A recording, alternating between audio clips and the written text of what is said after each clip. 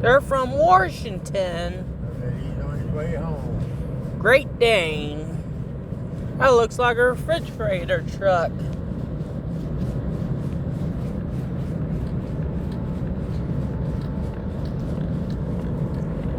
It says international line length from Kent, Washington